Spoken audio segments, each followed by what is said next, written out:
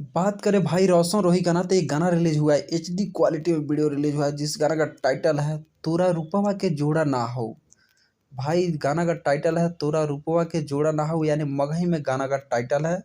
और आशीष याद sorry sorry रोशन रोही का एक गाना है, तो जाकर देखें। और जितने भी भाई इस वीडियो को देखे होंगे तोरा रूपवा के जोड़ा ना हो, तो भाई कमेंट करके ज़रूर बताएं कि आपको गाना ये कैसा लगा, रोशन रोही का गाना कैसा लगा। मुझे तो फाइनली बहुत अच्छा लगा तोरा रूपवा के जोड़ा ना हो। तो जितने भाई ये गाना को सुने हैं और सुने हैं तो कमेंट करके बताएं कि आपको गाना कैसा लगेगा। नहीं सुने हैं तो भाई जाकर गाना को सुने, उसके बाद कमेंट मारे कि भाई आपको फाइनली ये गाना लगा कैसे है।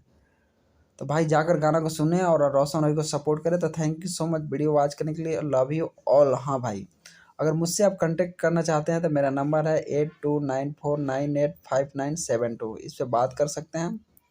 और फ्री में प्रमोशन करा सकते हैं कोई भी चीज़ का, फ्री में वीडियो, यानी कि यूट्यूब कुछ भी समझ सके, कुछ भी का प्रमोशन करा सकते हैं।